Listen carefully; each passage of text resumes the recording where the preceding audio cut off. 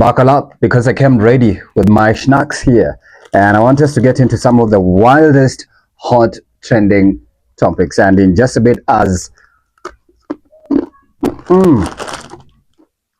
mm, mm, mm, mm, mm, yum, yum, yum, yum, yum, yum, yum, yum.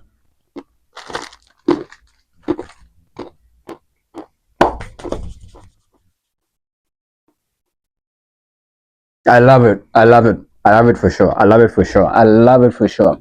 Now, there's a man in the United States who has confessed that he became a carnivore. Do you know what carnivore animals are?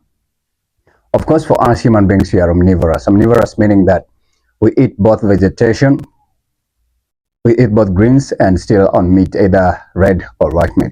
But this man says when he started working at a mortuary, that's when he developed interest in eating human flesh. And because he had access and proximity to dead bodies, it was easier for him to dissect some of the pieces of meat on your loved ones who were dead, and he'd eat them raw. And then to make it even worse, he'd carry some home to prepare for himself, maybe his family, maybe without them knowing.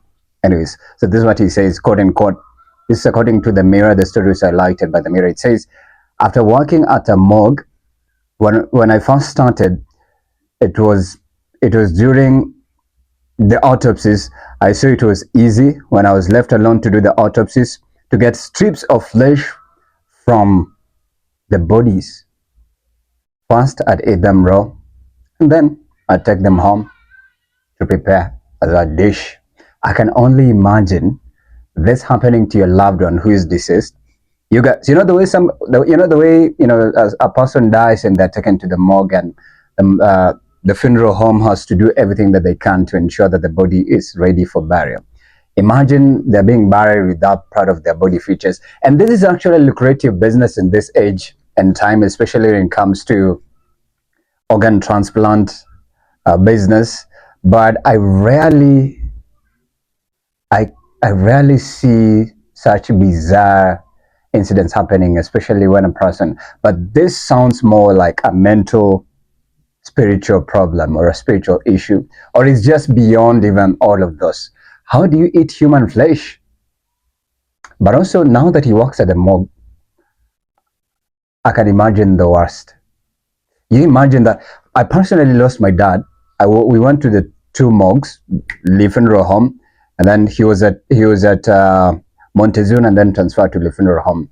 And during the autopsies that I hear, they're very traumatizing because you have to see the bodies lying right there cold, naked sometimes. But, and especially when, let's say, for example, when family members are there to witness it, they ensure at least they cover the bodies. You've watched all those morgue videos right here. And, oh my goodness, I cannot imagine this. This is sick and ridiculous. Ugh. Anyway, speaking of sick and ridiculous, another person who is so sick of dating and being in relationships is the one and only Kim Kardashian. Of course, Kim Kardashian has been trending for the better part of this week and even the previous week as well for her movie that they're debuting. It's called All's Fair. She is acting as a lawyer in the movie, and of course with her partners including Nizinas Betts. So Kim Kardashian is opening up saying that she has lost interest in dating, and she says you can really get comfortable the more you stay single. I think I agree with her because now that she's gotten kids and she's focused on building her acting career, I think the best thing she can do is just to continue staying single. Now that she's divorced from Kanye West, I don't know if it's a divorce or a separation. And allegedly I hear that, Kanye has not visited the kids. And I remember some point Kim Kardashian doing an interview saying it's a separation, not a kidnapping. And I think it's very important for us to actually highlight some of these things, especially when it comes to fathers being allowed to be present in their children's life. It's very important for them to develop that relationship, because the more the fathers stay away, the more children grow in breakdown, especially daughters are closer to, their dads, and even sons are closer to their dads, because as a child, your father is a male demonstration of masculinity. Same to a son, your mother is the female representation and demonstration of femininity. So you get to experience your mother and your father first as the first female figures, or the male and female figures respectively, in your life. So, oh my gosh. But also, Kim Kardashian has been blaming artificial intelligence for her failing her bar exam, especially the California exam. She allegedly says that the AIs have been lying to her. I don't know if it's ChatGPT or either of those, clothes and the rest. How ridiculous. But, people were saying at least she went to law school, despite the explosive sex tape which I hear Ray J is now suing. At least, but also Ray J is suing because Ray J says that the sex tape was intentionally released by, Chris. I don't know why I believe Ray J, but I feel like the reason why that sex tape was released was to ensure that it gains Kim some sort of fame, because from the allegations and some of the stories that are being peddled around, it is allegedly said that that was to launch Kim Kardashian's career in the adult world, either by being part of the dominatrix allegedly, or but then thank good. Do you say thank God or thank goodness? I mean, let's say thank goodness, because it ended up working in her favor, and Kim Kardashian became one of the greatest socialite ever. And now that she's into law, is actually they're trying to portray an example like you can do the worst and do damage control and use your fame to rise to the top. And also, Kim Kardashian will always be famous, she'll always be beautiful, and people will always keep talking about them. Even though recently there's an app that was created to actually delete and spam anything that has to do with the Kardashians, updating, as much as recently they celebrated their mom's Kris Jenner's 70th birthday, and we saw some Hollywood powerful elites actually in attendance, including Duchess and Duke of Sussex, that is Harry and Meghan Markle. Was Oprah Winfrey there as well? Jeff Bezos was there. I was shocked. Mark Zuckerberg, the elites in the tech industry.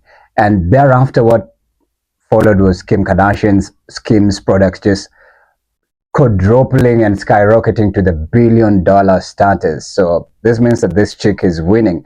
And I can see the reason why I'd feel some type of way too if I were Ray J. And definitely I'll be suing for some, shmoney. But anyways, if it was released intentionally, then I'm sure he either co-signed or it was something that they did to dupe him. And so now he's feeling like a fool. And definitely that's why he's suing and making all this, anyways. But what do you make of that? Just some ridiculous madness stuff going on right over there. Anyways, now another ridiculous and madness stuff that's going on. So a blood sample found on a sofa at a bunker that belonged to Adolf Hitler, who's one of the greatest dictators, say that he had a genetic condition called the Kalman syndrome that's responsible for low testosterone, a low libido, and growing a micro penis.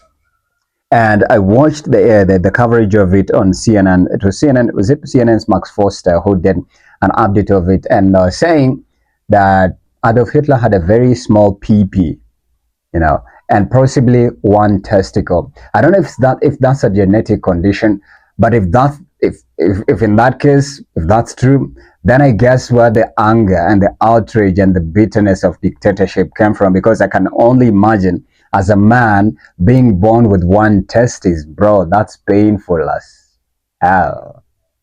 Because you need your two. But also, yes, it's true. It's been medically affirmed and confirmed that you can survive with one testicle, because the semen produced can, if just one ejaculation can impregnate almost up to 5 million women, then two is just another 10 million women. Sketchily to say. But oh my goodness. But also, why are these ridiculous discoveries and shocking, dumbfounding reports, busting into the limelight right about now? Man. So did he have a micro PP? Any lady or man who... Anyways, this is a story for another day. And speaking of that as well, something similar is the Jeffrey Epstein files are now being, peddled around. And the conversation is still ongoing and investigations are still ongoing. But the gang is, Jeffrey Epstein was a friend of Donald Trump. And when they were pushing for these files to be published, as well as the release of Didi alongside many other people who are considered to be part of the Jeffrey Epstein syndrome, or syndicate rather, it is allegedly said that he was very close friends with Donald. Now, recently we saw Megny Kelly, who is now questioning, because Jeffrey Epstein died in 2019. He was jailed for pedophilia, sex and drug trafficking, racketeering, uh, plus so many other heinous crimes. He died allegedly by suicide while in custody. But word on the curb has it that he had very close proximity and ties with Donald Trump. There were even feature stories that were done previously in other stations that showed Jeffrey Epstein and Donald Trump in action and getting excited. So the email that's now being reviewed a lot is the email where Jeffrey Epstein is referring to Donald Trump and how they had spent and had a good time with a younger girl who allegedly they're saying could be underage, and that's what we call pedophilia. And pedophilia is punishable without pardon. But now that it's linked to President Donald Trump, I know the Democrats are riding on that like hell. So the thing is, what exactly do we, at what age do you say somebody should not have sex? Because according to Megny Kelly, who is the host of the Megny Kelly show that airs on Sirius XM, she now says that she doesn't believe that Jeffrey Epstein was a pedophile, and she is reconsidering to think differently about it. That's some sick stuff. It's believed as well in that island that Jeffrey Epstein, who was a billionaire, owned so many young girls, and even adults as well, were being transported there to do some crazy, weird stuff. And others, it was without consent. And that's why some of these files were being pushed to be published, because they were linked to President Donald Trump, because he was his friend. And when you see some of the videos, they are getting down and just, getting into the spirit of partying and, getting down for real, having a ball. But also, I've seen a video a while ago before I actually came to do this recording, is that there's an interview he did and he was being questioned because there's a confession. I don't know if it was a man or a woman who had seen his pee-pee. So they're saying his pee-pee was egg-shaped and slimmer to the head. It's actually on TMZ. And I'm just like, whoa, Lord have mercy. We didn't have to hear this. Oh my gosh, this is some of the ridiculous, wild, hot trending topics. What has caught your attention, and what else is ridiculously widely trending out there? Tafadhali niambie. And also, if you want to reach out, feel free